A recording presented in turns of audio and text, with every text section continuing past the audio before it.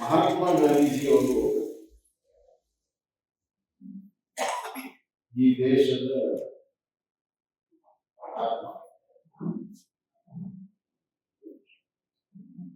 ಅವೆಲ್ಲ ಮಹಾತ್ಮ ಗಾಂಧೀಜಿಯವರಿಂದ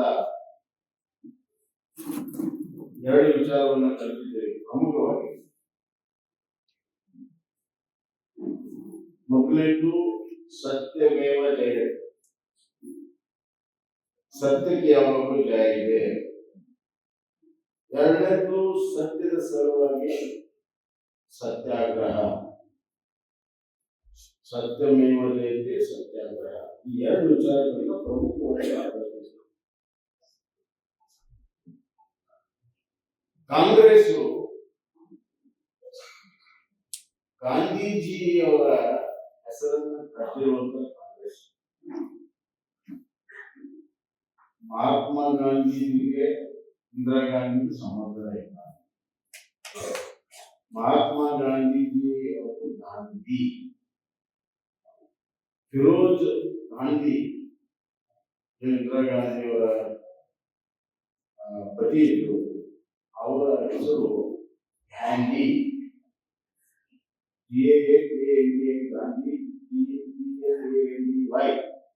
ಗಾಂಧಿ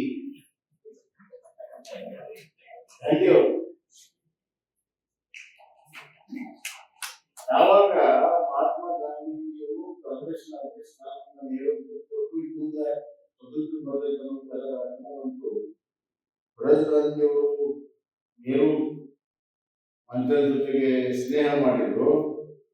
ಅವರು ಫಿರೋಜ್ ಗಾಂಧಿ ಮಾಡಿದ್ರು. ಅದು ಇಂದಿರಾ ಗಾಂಧಿ. ಗಾಂಧಿಯ ನಾಮವನ್ನೇ ಕಟ್ಟಿರುವಂತಹ ಕಾಂಗ್ರೆಸ್ನವರು ಏನು ಬಿಡ್ತಾರ.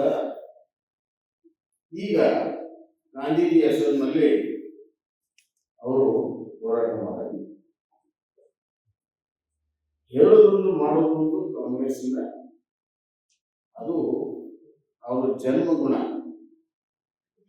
ಗುಣದಲ್ಲಿ ಎರಡು ಟೈಪ್ ಇರ್ತಾವ, ಕಲ್ತಿರುವ ಗುಣ, ಹುಟ್ಟಿದ ಗುಣ.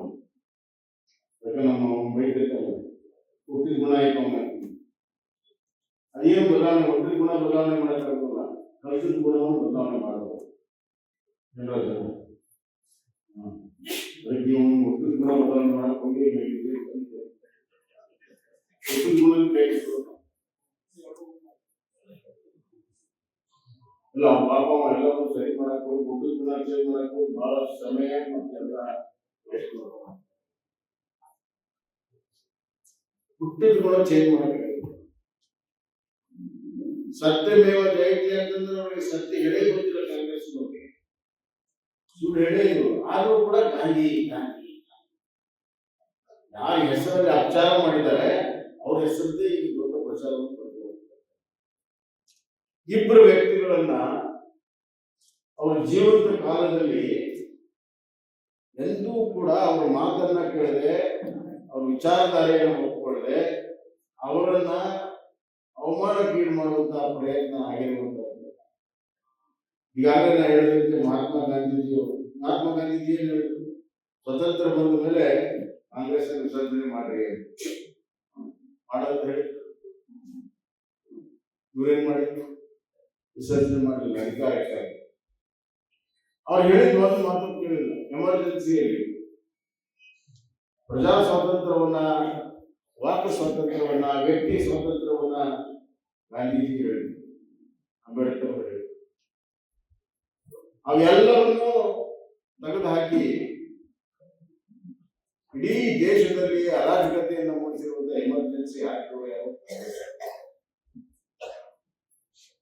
ಎರಡನೇದಾಗಿ ಅಂಬೇಡ್ಕರ್ ಯಾರನ್ನ ಜೀವಂತವಾಗಿದ್ದಾಗ ಅವರನ್ನ ಸೋಲಿಸಿ, ಚುನಾವಣೆಯಲ್ಲಿ ಸೋಲಿಸಿ, ಮಂತ್ರಿ ಇದ್ದಾಗ ರಾಜೀನಾಮೆ ಕೊಡುವಂತ ವಾತಾವರಣವನ್ನ ನಿರ್ಮಾಣ ಮಾಡಿದ್ರು ಅಂಬೇಡ್ಕರ್ ಅವರು.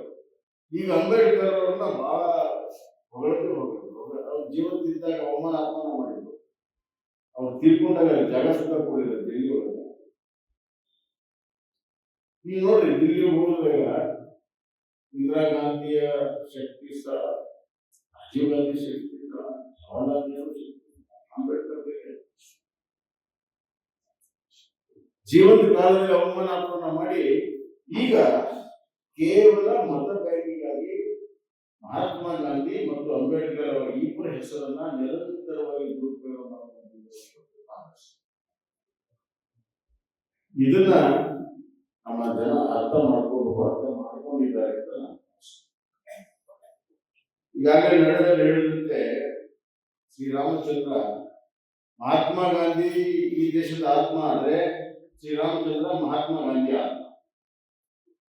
ಅವರಿಬ್ಬರನ್ನು ಬೇರ್ಪಡಿಸಕ್ಕೆ ಸಾಧ್ಯ ಇಲ್ಲ. ಈ ದೇಶದಿಂದ ಗಾಂಧಿ ಮತ್ತು ಶ್ರೀರಾಮಚಂದ್ರ ಬೇರ್ಪಡಿಸಕ್ಕೆ ಸಾಧ್ಯ ಇಲ್ಲ. ಈ ದೇಶದಿಂದ ದೇಶದ ಜೊತೆಗೆ ಶ್ರೀರಾಮಚಂದ್ರ ಮತ್ತು ಗಾಂಧಿ ಕೂಡ ಬೇರ್ಪಡಿಸಕ್ಕೆ. ಆದ್ರೆ ಇವರು ಅಪಪ್ರಚಾರ ಮಾಡ್ತಾ ಇದ್ದಾರೆ, ಸರ್ಕಾರ ದುಡ್ಡನ್ನು ಬಳಕೆ ಮಾಡ್ತಾ ಇದ್ದಾರೆ, ಸರ್ಕಾರ ಅಡ್ವರ್ಟೈಸ್ಮೆಂಟ್ ಬಳಕೆ ಮಾಡ್ತಾ ಇದ್ದಾರೆ.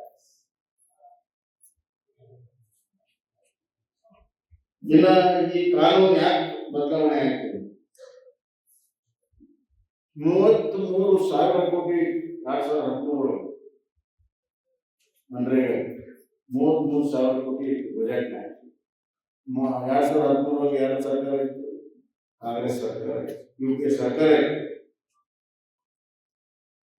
ಈಗ ಅದು 1,40,000 ಕೋಟಿಗೆ ಕಳೆದ ವರ್ಷ ಬಜೆಟ್ ನಲ್ಲಿ 1,32,000 ಕೋಟಿ ಇತ್ತು. ಆದ್ರೆ ಈ ವರ್ಷ 1,11,000 ಕೋಟಿ ಇತ್ತು. ಕಾಂಗ್ರೆಸ್ ಇಟ್ಟಿದ್ದಷ್ಟು 33,000. ಗ್ರಾಮೀಣ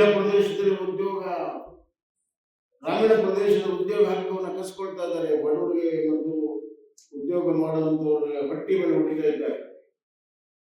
33,000 ಕೋಟಿ ಕೊಟ್ಟು ಅರ್ಧಂಬರ್ಧ ಯೋಜನೆಯನ್ನು ಇಂಪ್ಲಿಮೆಂಟ್ ಮಾಡಿದ ಕಾಂಗ್ರೆಸ್ ಅಲ್ಲಿ 1,30,000 ಕೋಟಿ ಅಂತ ನರೇಂದ್ರ ಮೋದಿ ಸರ್ಕಾರ ಇದೆ. ಈಗ ಈ ವರ್ಷ ಬಜೆಟ್ ನಲ್ಲಿ 1,40,000 ಒಟ್ಟು ಎಸ್ಟಿಮೇಟ್ ಮಾಡಿ ಅದರಲ್ಲಿ 75% ಅಂದ್ರೆ 75,000 ಕೋಟಿ ರೂಪಾಯಿ ಮುಂದಿನ ವರ್ಷದ ಯೋಜನೆಗೆ ಇಟ್ಟು 125 ದಿವಸಕ್ಕೆ ಮತ್ತೆ 125 ಮಾಡಿರಲಿಲ್ಲ. 75,000 ಇಟ್ಟು ಹಿಂದಿನ ಕೆಲಸದ ಬಾಕಿ 30,000 ಕೋಟಿ ಇತ್ತು. ಈ ವರ್ಷ ಕೂಡ 1,05,000 ಕೋಟಿ ಕೇಂದ್ರ ಸರ್ಕಾರ ಇಟ್ಟಿದೆ. ಈಗ ಹೇಳ್ರಿ, ಯಾರು ಪ್ರಾಮಾಣಿಕವಾಗಿ ಗ್ರಾಮೀಣ ಪ್ರದೇಶದ ರೈತರ ಕೂಲಿಕಾರರ ಪರವಾಗಿ ಯಾರಿದ್ದಾರೆ? ಇವರು 40% ಅಂದ್ರೆ ನನಗೆ ಹೇಳಿದಾಗ 100 ದಿವಸಕ್ಕೆ ನಾವು ಕೊಡ್ತೀವಿ, ಮ್ಯಾಲಿನ 25 ದಿವಸಕ್ಕೆ ನೀವು ಕೊಡ್ರಿ ಅಂತಂದ್ರೆ ಅಂದಾಜು ಖರ್ಚು ಮಾಡೋದಕ್ಕೆ ಇವತ್ತು ದುಡ್ಡಿದೆ. ಈ ಸಮಾವೇಶ ಹೋದ ವರ್ಷ ಸಮಾವೇಶ ಮಾಡಿದ್ರೆ ಹೊಸಪೇಟೆ ಕಡೆ ಈಗ ಹಾವೇರಿ ಮಾಡೋದು ಎಷ್ಟು ಖರ್ಚು ಮಾಡ್ತೀರಿ? 25-30 ಕೋಟಿ ಖರ್ಚು ಮಾಡ್ತೀರಿ. ಯಾವ ಪುರುಷಾರ್ಥ ಖರ್ಚು ಮಾಡ್ತೀರಿ? ಸಾಧನಾ ಸಮಾವೇಶ ಯಾವ ಸಾಧನೆಯನ್ನ ಮಾಡಿದಿರಿ ಅಂತ ಜೀರೋ ಸಾಧನೆಯನ್ನು ಮಾಡಿ ಅದನ್ನು ಮೆಸೇಜ್ ಕೊಡ್ತೀವಿ. ತಮ್ಮ ದುಃಖವನ್ನು ತಾವೇ ತಪ್ಪಿಸ್ಕೊಳ್ಳುವಂತ ಪ್ರವೃತ್ತಿ ಜನ ಒಳ್ಳೆ ಕೆಲಸ ಮಾಡಿದ್ವಿ. ಬರ್ರಿ ಹಳ್ಳಿಗೆ ಬರ್ರಿ, ನೋಡಬರ್ರಿ ಹಳ್ಳಿಯ ಪರಿಸ್ಥಿತಿ, ರೈತರ ಪರಿಸ್ಥಿತಿ, ಬಡವರ ಪರಿಸ್ಥಿತಿ, ಕೂಲಿಕರ ಪರಿಸ್ಥಿತಿ. ಅಲ್ಲಿ ಬಂದು ಕೇಳ್ರಿ ನಿಮ್ ಸಾಧನೆ ಏನಿದೆ. ಹಳ್ಳಿಗೆ ಒಂದು ರಸ್ತೆಯಿಂದ ನೀವು ಸ್ಯಾಂಕ್ಷನ್ ಮಾಡಿಲ್ಲ, ಮನೆಗಳಿಗೆ ಅರ್ಧಂಬರ್ಧ ಆಗಿರುವಂತ ಮನೆಗೆ ದುಡ್ಡು ಕೊಟ್ಟಿಲ್ಲ ಬಡವರದ್ದು, ಶಾಲಾ ಕಾಲೇಜು ನಿರ್ಮಾಣ ಮಾಡೋದಕ್ಕೆ ನಿಮ್ಮ ಹತ್ರ ಹಣ ಇಲ್ಲ, ಜಲಜೀವನ ಮಿಷನ್ ಅರ್ಧಂಬರ್ಧ ಆಗಿದೆ, ಅದನ್ನು ಪೂರ್ಣ ಮಾಡಿಸೋದಕ್ಕೆ ನಿಮ್ಮ ಹತ್ರ ದುಡ್ಡಿಲ್ಲ. ಕೇಂದ್ರ ಸರ್ಕಾರ 60% ಕೊಟ್ಟಿದೆ, ಎಲ್ಲ ಕಡೆ ಅರ್ಧಂಬರ್ಧ ಮಾಡಿಟ್ಟಿದ್ದೀರಿ ಕುಡಿಯುವ ನೀರಿನ ಯೋಜನೆಗಳನ್ನ.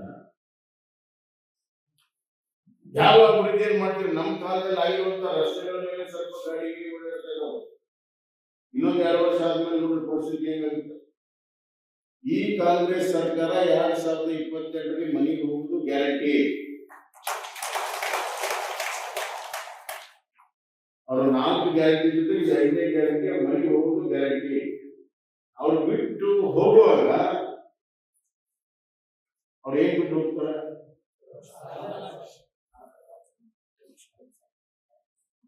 ಸುಮಾರು 8 ರಿಂದ 10 ಲಕ್ಷ ಕೋಟಿ ಸಾಲ ಈ 5 ವರ್ಷದಲ್ಲಿ ಮಾಡಬಹುದು. ನಾನು ಮುಖ್ಯಮಂತ್ರಿ ಆದಾಗ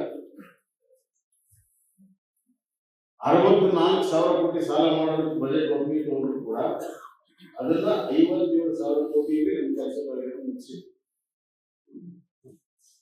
ಸುಮಾರು 7-8 ಸಾವಿರ ಕೋಟಿ ರೂಪಾಯಿನ ನಾನು ಉಳಿತಾಯ ಮಾಡಿದೆ. ಬೊಕ್ಸದಲ್ಲಿ 25,000 ಕೋಟಿ ಬಿಟ್ಟು ಹೋಗಿದ್ದೆ. ಸರ್ಪ್ಲಸ್ ಬಜೆಟ್ ಎಲ್ಲ ಮಾಡಿದ್ವಿ. ಈಗ 1,40,000 ಕೋಟಿ ರೂಪಾಯಿ ಸಾಲವನ್ನು ಮಾಡ್ತಾರೆ.